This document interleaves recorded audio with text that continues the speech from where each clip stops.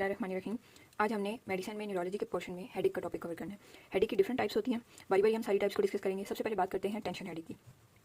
Tension headache जो होता है ना, वो एक तो पेशेंट को बायलेटरली होगा, दूसरा बैंड लाइक होगा। वो ये कहेगा कि ऐसे लग रहा है कि जैसे किसी ने ना मेरे पूरे सर के साइडों पे ना वो कपड़ा सा बांध के ना ऐसे खींचा है, तो उसे बैंड लाइक ना वो प्रेशर या टाइटनेस फील होगी। अब ये होता है कि इन कंडीशन में है, इसे 4 फैक्टर ट्रिगर करते हैं। स्ट्रेस, या उसकी नींद नहीं पूरी, डिहाइड्रेशन है, या काफ़ी टाइम से हंगर है। ज़रूरी नहीं है हर दफ़ा भूख लगे तो टेंशन हेडेक हो जाना है, लेकिन अगर उसे पहले से टेंशन हेडेक का मसला है तो जब भी वो डिहाइड्रेटेड होगा, for a longer period of time hunger होगा, नींद नहीं पूरी होगी, स्ट्रेस होगी, तो उसकी कंडीशन ट्रिगर हो जाएंगी।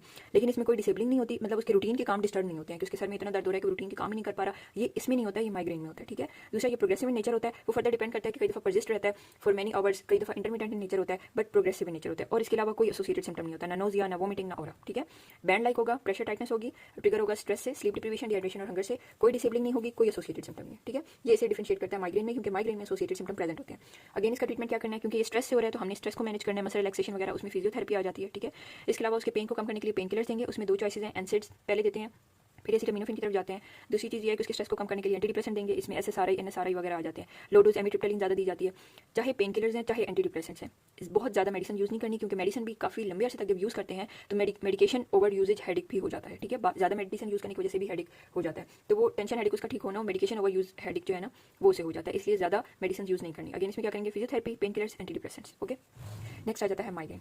माइग्रेन जो है ना, एक तो ये फीमेल में ज़्यादा होता है, दूसरा इसका एक डायग्नोस्टिक क्राइटेरिया है, पोन्ट का वर्ड याद रखना है। ठीक है। इसमें से अगर 3 कैटेगरीज भी पेशेंट में प्रेजेंट है तो हम पेशेंट को माइग्रेन का पेशेंट लेबल कर देते हैं।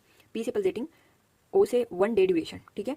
वैसे जो उसका टाइम पीरियड होता है ना वो 4 to 72 आवर्स तक हो सकता है, और अगर स्टिल 72 आवर्स से ज़्यादा का टाइम पीरियड हो गया तो उसे स्टेटस माइग्रेनस कहते हैं। जैसे एपिलेप्सी में स्टेटस एपिलेप्टिकस होता है ना, इसी तरह इसकी कंडीशन होती है स्टेटस माइग्रेनस। ठीक है। यू से यूनिलेटरल, एन से नोजिया से स्टार्ट करेंगे और सारे एसोसिएटेड सिम्टम आ जाएंगे, मतलब इसमें से कोई भी हो जाए, नोजिया, वोमिटिंग, फोटोफोबिया। फोटोफोबिया होता है कि इंसान से ना रोशनी बर्दाश्त नहीं होती। नॉर्मली अगर वो कमरे में है तो ठीक है, लेकिन अगर वो ये जो एसोसिएटेड सिम्टम होते हैं ना, इन्हें ओरा की फेज भी, इसमें ना ओरा की फेज भी आती है। ठीक है। लेकिन जिस दिन उसकी ये कंडीशन होगी ना, उस दिन उसे रूम की लाइट भी बर्दाश्त नहीं हो रही होती। और फोनोफोबिया, उससे आवाज़ नहीं बर्दाश्त हो रही होती है, कोई उसके बाद बैठ के बातें कर रहा हो ना तो उससे वो बर्दाश्त नहीं हो रहा था। डिसेबलिंग की, उससे रूटीन के काम भी नहीं हो रहे होते। ठीक है। ये 5 कैटेगरीज होती हैं माइग्रेन में। इसमें से अगर 3 या 3 से ज़्यादा प्रेजेंट है तो हम पेशेंट को माइग्रेन लेबल कर देते हैं। ठीक है। अब इसमें कुछ एग्रीवेटिंग और रिलीविंग फैक्टर होते हैं। काम करने से उसका एग्रीवेट हो रहा होता है, लेकिन स्लीप, डार्कनेस, पीस, मतलब अगर अंधेरा हो, उसे नींद आ जाए, सुकून मिल जाए, तो उसका जो माइग्रेन है ना उससे आराम आ जाता है। ठीक है। अब ट्रिगर किस चीज़ से होता है, उसके लिए निमोनिक है मॉक। ठीक है। एम से मेस्टुरेशन, ओ से ओरल कॉन्ट्रासेप्टिव्स जिसमें एस्ट्रोजेंस हैं। इसी वजह से अगर कोई पेशेंट ओरल कॉन्ट्रासेप्टिव ले रही है ना तो उसका माइग्रेन एक्सेसरबेट भी कर सकता है। और सी से आ जाता है चीज़ या चॉकलेट, ये चीज़ें खाने की वजह से भी उसका माइग्रेन ट्रिगर हो जाता है। ठीक है। अब माइग्रेन की ना फर्दर आती हैं 2 टाइप्स, एक होता है कॉमन माइग्रेन और एक होता है क्लासिक माइग्रेन। ये ऑन द बेसिस ऑफ ओरा होता है। ठीक है। और एक ऐसी सेंसेशंस होती हैं जो माइग्रेन स्टार्ट होने से पहले ना एक फेज आता है जिसमें ना पेशेंट को कुछ सेंसेशंस रिसीव हो रही होती हैं। ठीक है। उस पूरी फीलिंग को ना ओरा कहते हैं। कुछ माइग्रेन ऐसे होते हैं जिसमें ओरा आता है, वो सेंसेशंस फील होती हैं, कुछ ऐसे होते हैं जिसमें नहीं होती। ठीक है। अब अगर ओरा नहीं होगा तो वो कॉमन है, दूसरा वो बायलेटरल होगा। लेकिन जो क्लासिक माइग्रेन है उसमें ओरा भी होगा, नोजी और वोमिटिंग भी होगी, और यूनिलेटरल होगा। ठीक है। लेकिन जो कॉमन होता है उसमें नोजी और वोमिटिंग तो होती है, लेकिन वो बायलेटरल होता है और उसमें ओरा नहीं होता। ठीक है। जो कॉमन माइग्रेन है ना उसे एक टेंशन हेडेक के साथ कंफ्यूज नहीं करना, क्योंकि उसमें भी ओरा नहीं होता, वो भी बायलेटरल होता है, लेकिन उसमें नोजी और वोमिटिंग भी नहीं होती। ठीक है। यहाँ पे अगर आप देखो ना तो इसमें नोजी और वोमिटिंग नहीं है, लेकिन यहाँ पे जो कॉमन माइग्रेन है ना उसमें नोजी और वोमिटिंग होती है। ठीक है। ये जो ओरा की फेज होती है ना ये 60 मिनट से कम होती है, मतलब 1 घंटे से कम का भी टाइम होता है, कम ही टाइम होता है, 1 घंटे से ज़्यादा का फेज नहीं होता ओरा का। इसकी कुछ टाइप होती है, विजुअल, सेंसरी, मोटर, ये इन सब का कॉम्बिनेशन भी हो सकती है। विजुअल की अगर बात करें ना, स्कोटोमा होता है। Scotoma is a temporary visual disturbance, मतलब कुछ टाइम के लिए ना पेशेंट को कुछ ना उसकी जो नज़र होती है ना वो थोड़ी देर के लिए ख़राब हो जाती है। किस तरह से, या तो ना उसे कोई ऐसे धब्बे धब्बे से नजर आएंगे। ठीक है। और उसकी ना एजेस कुछ ऐसे होंगे जैसे ग्लास टूटा होता है ना और उसके एजेस होते हैं इरेगुलर से, उसे कहते हैं जैग्ड एजेस, मतलब इस तरह करके उसे कोई धब्बे नजर आएंगे, या उसे ना ऐसे चमकती हुई चीज़ें नजर आएंगी, शिमरिंग जिगजैग लाइंस, ऐसे उसे लाइनें से मिलेंगी, या ऐसे होगा कि उसे ना ये स्लाइटली मूव करती हुई चीज़ें नजर आएंगी, चाहे वो फिर कोई धब्बा हो, कोई चमकने वाली चीज़ हो, कोई जिगजैग लाइंस हो, ये हल्की हल्की मूव करती नजर आएंगी और उसकी वजह से उसकी विजन ना ब्लर हो जाती है। तो ये जो फीलिंग होती है ना सारे को हम कहते हैं स्कोटोमा। तो ये ओरा फेज में आती है, नॉर्मली नहीं उस बंदे में कोई ऐसे वो विजुअल डिस्टर्बेंस होती है।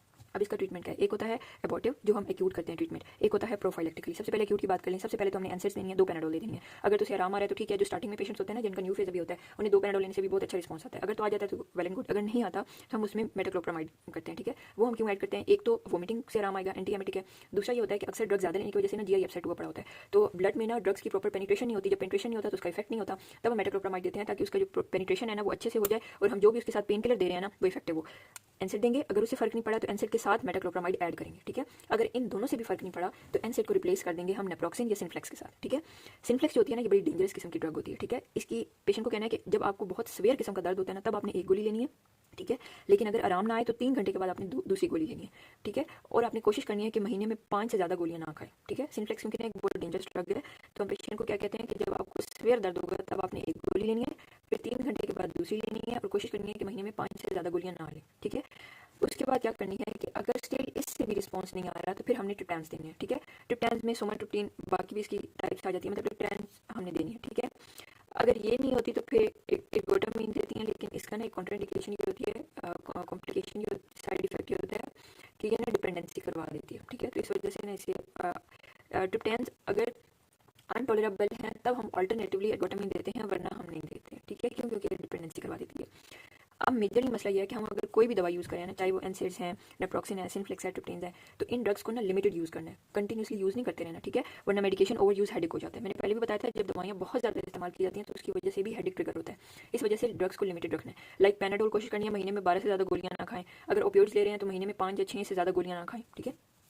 उसके बाद आ जाता है प्रोफाइलैक्सिस। प्रोफाइलैक्सिस ट्रीटमेंट हमने कब शुरू करना है? अगर उसे एक महीने में 2 या 2 से ज़्यादा अटैक्स आए ना तो है माइग्रेन के, तब हम प्रोफाइलैक्टिक ट्रीटमेंट स्टार्ट करते हैं। अब प्रोफाइलैक्टिक में जो सबसे पहला ट्रीटमेंट आता है ना, वो हम देते हैं बीटा ब्लॉकर्स। बीटा ब्लॉकर में टिमोलोल, लिसानोप्रिल वगैरह आ जाते हैं। ये होते हैं नॉन सिलेक्टिव, इसलिए ये किस किस कंडीशन में कॉन्ट्राइंडिकेटेड है? अगर पेशेंट अस्थमा सीओपीडी का है, ये डायबिटीज मेलाइटस को, क्योंकि ग्लाइसेमिक इंडेक्स को मास्क कर देता है, डिप्रेशन को, ये मेल पोटेंसी अफेक्टेड हो। अच्छा, तो इन कंडीशन में ना हम बीटा ब्लॉकर्स नहीं देते, ठीक है, क्योंकि ये इन कंडीशन को एग्जैसरबेट कर देती हैं। वरना बीटा ब्लॉकर जो है ना, ये बहुत बेस्ट दवाई होती है। 10 mg में भी होती है, 40 mg में भी होती है, बीडी देते हैं, ठीक है। अगर ये कॉन्ट्राइंडिकेशन आती हैं उसके बाद हम जाते हैं एंटी डिप्रेसेंट्स में। उसमें आ जाती है एमिट्रिप्टालिन। अब एमिट्रिप्टालिन की क्या कॉन्ट्राइंडिकेशन होती है? एक तो इसे नींद बहुत आती है, दूसरा जो एल्डरली लोग होते हैं ना उसमें बीपीएस करवा देती है, तीसरा कार्डियोटॉक्सिक होती है। तो अगर कोई भी ऐसा पेशेंट आ जाए जिसे एक तो दिल की बीमारी है, दूसरा कोई भी एल्डरली पेशेंट आ जाए, ठीक है, तो हमने उसमें एंटी डिप्रेसेंट्स नहीं देनी, क्योंकि बीपीएच का रिस्क होता है। तीसरा ये है कि स्लीप करवा सकती है। तो पेशेंट का ना पेशेंट पूछ लेना कि उसकी कोई डेली रूटीन एक्टिविटी तो नहीं है ऐसी जो बहुत ज़्यादा डिस्टर्ब उसकी स्लीप की वजह से, ठीक है। लेकिन हाँ, अलबत्ता अगर कोई पेशेंट ऐसा है जिसे स्ट्रेस भी हो रहा है, तब ये अच्छी रहेगी, क्योंकि वो जितना स्ट्रेस फ्री होगा उसकी जो बीमारी है वो उतनी ठीक होगी। तीसरी आ जाती है एंटी एपिलेप्टिक्स। एंटी एपिलेप्टिक्स होती हैं दो, टोपिरामेट और वेलप्रेट। टोपिरामेट जो होती है ना, इसका एक साइड इफेक्ट होता है कि वेट लॉस होता है, लेकिन जो ओबीस पेशेंट्स होते हैं ना उनके लिए ये बेनिफिट भी है, ठीक है। तो ओबीस पेशेंट्स में हम टोपिरामेट देंगे। वेलप्रेट जो होता है ना, ये यंग फीमेल में कॉन्ट्राइंडिकेटेड होता है क्योंकि टेराटोजेनिक होता है। तो अगर तो यंग फीमेल्स को नॉर्मली तो ये होता है कि अगर और कोई ऑप्शन नहीं है हमें देना पड़ा है तो वो ड्यूरिंग फैमिली प्लानिंग या इस फेज से पहले ना उस ड्रग को स्टॉप करवा दें। लेकिन क्योंकि बहुत से लोगों को अवेयरनेस नहीं होती है, इस वजह से वो ड्रग को कंटिन्यू रखते हैं, उसकी वजह से टेराटोजेनिक इफेक्ट आ जाते हैं। तो इसलिए जो यंग, अब आ जाती है काउंसलिंग। माइग्रेन की काउंसलिंग भी इंपॉर्टेंट है। आपने बंदे को क्या कहना है? पेशेंट को पहले फोटोफोबिया है तो आपने उसे कहना है कि जब भी आपने बाहर निकलना है या तो काला चश्मा पहनना है या आपने छतरी लेनी है, ठीक है, अम्ब्रेला यूज़ करनी है। दूसरी बात है कि आपने खाना बिल्कुल भी नहीं छोड़ना। एक तो खाने की मिकदार कम कर दें, मतलब नॉर्मली अगर आप रोटी के 4 हिस्से खाती हैं तो आप 3 हिस्से खाएं, लेकिन कोशिश करें कि जहाँ पे आपने 3 दफ़ा दिन में रोटी खानी है आप 4 से 5 दफ़ा खाएं। थोड़ा खाना खाएं लेकिन ज़्यादा दफ़ा खा लें, ठीक है, और छोड़ना बिल्कुल भी नहीं है। अपनी नींद बाकायदगी के साथ पूरी करनी है और उसका एक प्रॉपर रूटीन बनानी है, ठीक है, ना कम हो ना ज़्यादा हो। इसके अलावा आपने अपना स्क्रीन टाइम कम करना है। अगर आप मोबाइल, टीवी, लैपटॉप, कंप्यूटर कुछ भी ऐसा यूज़ करती हैं तो आहिस्ता आहिस्ता करके आपने अपना स्क्रीन टाइम कम करना है। इसके अलावा डेयरी प्रोडक्ट्स, दूध दही से बनने वाली कोई भी चीज़ है वो आप सुबह नाश्ते में, दोपहर को खा सकती हैं, लेकिन 5 बजे के बाद आपने नहीं खानी। जंक फूड्स है, फास्ट फूड जो भी है, कोल्ड ड्रिंक्स वगैरह हो गई हैं, ये भी आपने महीने में 2 दफ़ा से ज़्यादा इस्तेमाल नहीं करनी, ठीक है। इसके अलावा आपने अपनी माइग्रेन डायरी बनानी है जिसमें आपने सारे ट्रिगर फैक्टर्स लिखने हैं कि कौन कौन सी चीज़ मेरी माइग्रेन को ट्रिगर करती है। फिर आपने उन फैक्टर से अवॉइड करना है। जिस तरह अगर आप देखें कि आपको लाइटनिंग ज़्यादा अफेक्ट करती है तो आपने कोशिश करनी है कि आप एक बियरेबल लाइट यूज़ करें, मतलब इस तरह के जो भी ट्रिगर फैक्टर्स हैं, ठीक है। और कॉन्ट्रासेप्टिव अगर ले रही हैं तो इस तरह करके ना आप एक ट्रिगर लिस्ट बना लेंगी, फिर ताकि आप उन्हें अवॉइड कर सकें और अपनी रूटीन बना लेंगी। इसके अलावा आपने कोशिश करनी है कि दिन में 45 मिनट तो लाजमी जो है ना एक्सरसाइज करनी है, ब्रिस्क वर्क, वैसे कि आपको पसीना आ जाए, ठीक है। और ये स्टडीज़ में भी है कि जो एक्सरसाइज है ना उससे 2 से 3 महीने के बाद प्रोफाइलैक्टिक ट्रीटमेंट जो है ना वो कम हो जाता है, वो नहीं देना पड़ता है, इतना वो इफेक्टिव होता है। अच्छा, ये आ गया माइग्रेन। माइग्रेन के बाद आते हैं नेक्स्ट क्रॉनिक हेडेक पे। क्रॉनिक हेडेक का सिंपल क्राइटेरिया है कि एक महीने में 15 से ज़्यादा एपिसोड्स हो रहे हैं और 3 महीने लगातार हो रहे हैं तो हम उसे क्रॉनिक हेडेक लेबल करेंगे। इसका सिंपल ट्रीटमेंट ये है कि बोटॉक्स इंजेक्शन लगता है फेस पे और 22 साइड्स पे लगता है, ठीक है, साथ में मेडिकेशन स्टिल कंटिन्यू रहती है, ठीक है। उसके बाद आ जाता है क्लस्टर हेडेक। क्लस्टर हेडेक को माइग्रेनस न्यूरल्जिया भी कहते हैं। अच्छा, अब ये ना मेल्स में सबसे ज़्यादा होता है, ठीक है। अच्छा, इसकी कंडीशन ये है कि एक तो सडन स्वेयर यूनिलेटरल होगा, लेकिन इसका ड्यूरेशन आधे घंटे से 1.5 घंटे तक होता है। हमने माइग्रेन का पढ़ा था ना 4 to 72 आवर्स, इसका आधे घंटे से 1.5 घंटे तक होता है, ठीक है। इसके साथ कुछ एसोसिएटेड सिम्टम्स हैं। अगर पेशेंट इसके साथ आता है you can easily label it a cluster headache, ठीक है। एक तो पेरीऑर्बिटल पेन होगा, आंखों के गिर्दों से दर्द होगा। अगर जिस साइड पे उसे हो रहा है ना उसी साइड पे ये सिम्टम्स आएंगे। राइट साइड पे हो रहा है तो राइट साइड की सिम्टम्स होंगे, लेफ्ट साइड पे तो लेफ्ट साइड की। आंख में दर्द होगा, आंख उसकी पूरी लाल हुई होगी जिसे कंजक्टिवल इंजेक्शन कहते हैं। उसी आंख से पानी आ रहा होगा, वही आंख सूजी हुई होगी।